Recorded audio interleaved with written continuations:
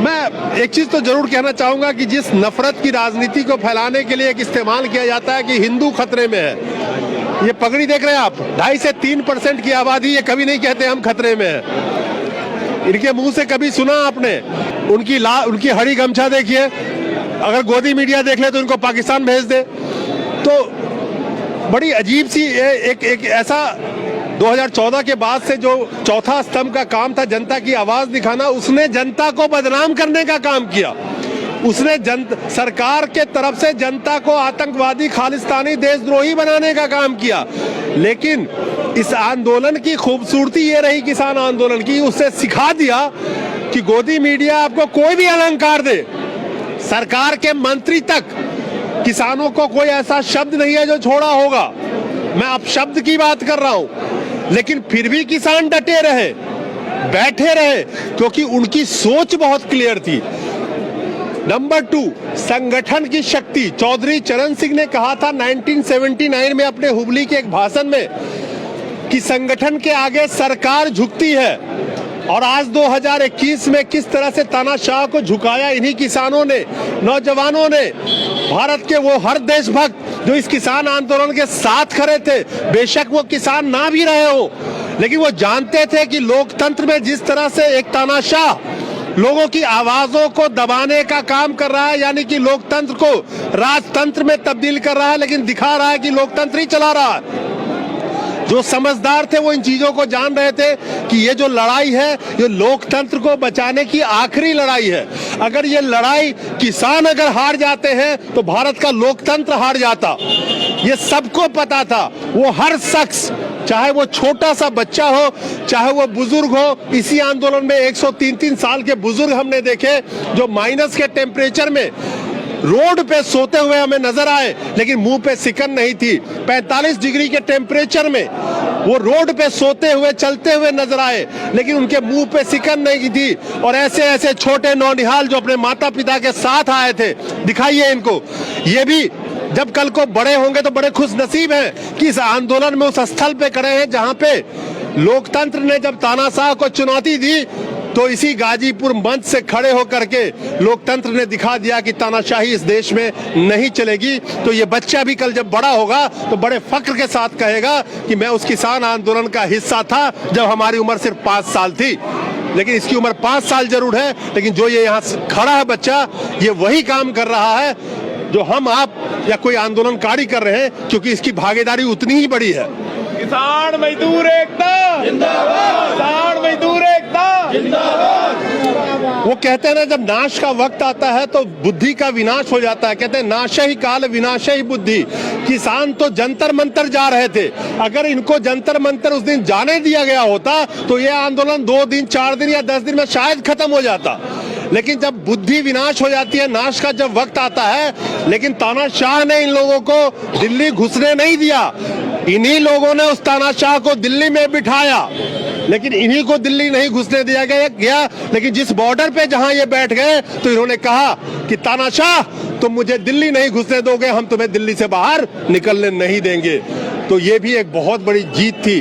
क्या क्या नहीं सहा, पानी की बौछारें हो, कटीली तारे हो, कीले हो, पुलिस का डंडा हो, जो कर सकता था, जैसे अंग्रेजों के वक्त में स्वतंत्रता सेनानियों के साथ एक सलूक किया जाता था, उससे बदतर सलूक इन किसानों के साथ किया गया भारत के कोने कोने में। और जहां जहां से किसान दिल्ली बॉर्डर में घुस रहे थे, उस बॉर्डर पे पहुंचने से पहले ही, उसके बावजूद भी भारत एक कृषि प्रधान देश है, यानी कि भारत का प्रधान ये किसान ही है।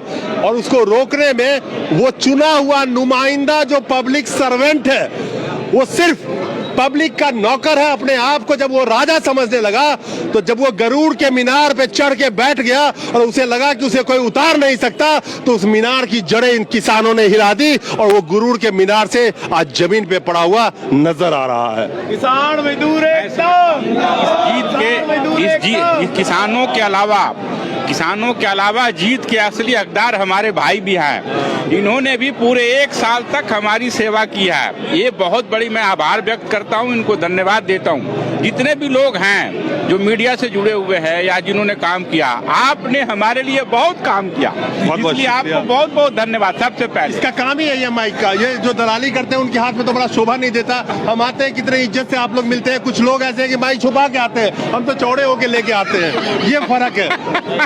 नहीं, लेकिन तत्परता तो कमिटमेंट होती है, किसी की तरफ से भी हो, मेरे तरफ से हो, आपकी तरफ से। Commitment is always commitment. A person who is committed to some cause will get success. The point. अब दूसरी बात यह है कि किसानों की खुशी हमारी बहुत बड़ी खुशी है। ये जीत हुई है आजादी के बाद, पूरे इंडिपेंडेंस के बाद इतना बड़ा जन आंदोलन कभी नहीं हुआ था, और वो भी सक्सेसफुल जन आंदोलन। इसमें हमारे सारे गांव गिराव के लोगों ने, किसानों ने हिस्सा लिया, और इस तभी ये सरकार झुकी, नहीं तो ये सरकार बहुत तानाशाही थी। आप देखें, शुरुआत देखेंगे तो ये सरकार बहुत तानाशाही थी, लेकिन हमारी कमिटमेंट, हमारी तत्परता से सरकार झुकी है, और कुछ मांग एमएसपी की है वो भी पूरी हो जाएगी। आपको बहुत बहुत धन्यवाद। इनका चेहरा देखिए, देख रहे हैं, इस जीत में एक खड़ा रहना ही बहुत बड़ी। आपको कोई दारा सिंह की तरह बॉडी लेके आने की जरूरत नहीं थी। यहाँ पे आप अगर यहाँ खड़े भी होंगे, इनकी उम्र देखिए, ये खड़े हैं, ये ही इनकी और यही किसान आंदोलन की ताकत थी, जिसको किसानों ने बहुत बखूबी पहचाना। उन्होंने ये नहीं सोचा कि मैं वहां जाके क्या करूंगा। यहाँ पे बहुत सारे, सिंगू बॉर्डर हो, टिकरी बॉर्डर हो, गाजीपुर बॉर्डर हो, महिलाएं आके लंगर में सेवा देती थी। 60-60 साल की उम्र, 100-100 साल की उम्र उन महिलाओं की। उन्होंने ये नहीं सोचा कि मेरा क्या काम है किसान आंदोलन में। लेकिन मैं हर बार कहता हूं कि हर आदमी को अपना रोल पता था, और बिना कहे पता था। कोई मास्टर नहीं था उसका, कोई गुरु नहीं बैठा था कि उसको बोलेगा तुम्हें ये करना है। हर आदमी अपने रोल को निभा रहे थे।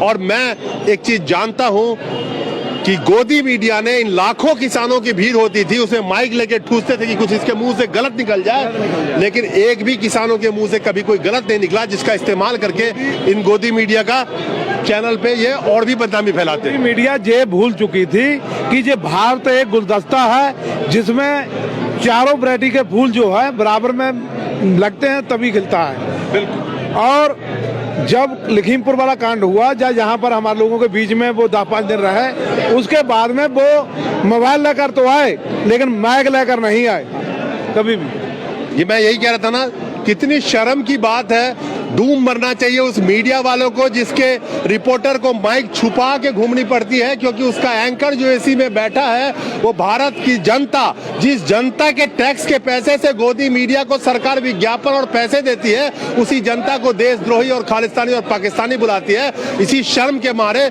उसकी आत्मा जब सोता होगा तभी उसको धिक्कारता जरूर होगा, लेकिन कल को उसके बच्चे बड़े होंगे तो एक सवाल पूछेगा कि पापा या पिताजी, तुम्हारी क्या मजबूरी थी जब देश में इतना बड़ा आंदोलन चल रहा था और हक की आवाज हमारे अन्नदाता उठा रहे थे, तो तुम दलाली क्यों कर रहे थे? इस पैसे से तुम डूब मरो, हमें ये पैसे से पढ़ाना मत। नमस्कार। आंदोलनकारी कहते थे, ये आंदोलनकारी हैं सब, ये है आंदोलन जीवी हैं, वो सब ये आंदोलन जीवी हैं, खालिस्तानी हैं, पाकिस्तानी से फंड आ रहा है, चाइना से फंड आ रहा है। वो आज वही खालसा, वही किसान आज उनके सामने क्यों घुटने टेक रहे हैं, क्यों वापस कर रहे हैं? आज उन्हीं की मांगों का कैसे माना जा रहा है? ये कम से कम अपने बयानों को देख के, अपने उन्हीं बयानों के नीचे दब के रह जाएंगे, और उनको रात को नींद नहीं आया करेगी जब ये मीडिया तो इसलिए किसान बता रहे कि उसका बाप ही अब किसान मान रहा है आपको। अब हमारे जो नेता थे, उन लोगों ने इतनी सूझबूझ से इस आंदोलन को चलाया, बहुत बढ़िया, बिल्कुल गांधी से भी ज्यादा शांति से इस आंदोलन को चलाया जो जहां तक चला। बहुत बहुत शुक्रिया आप लोगों का, और बहुत बहुत धन्यवाद हमारे तमाम दर्शकों का। और ये आंदोलन एक ऐतिहासिक है, इसको सहेज के रखिएगा ताकि कल को आवाज उठाने की सोचे तो सीख लेके आवाज उठा सके, और जीतने का जो हुनर है इन किसानों से सीखिए।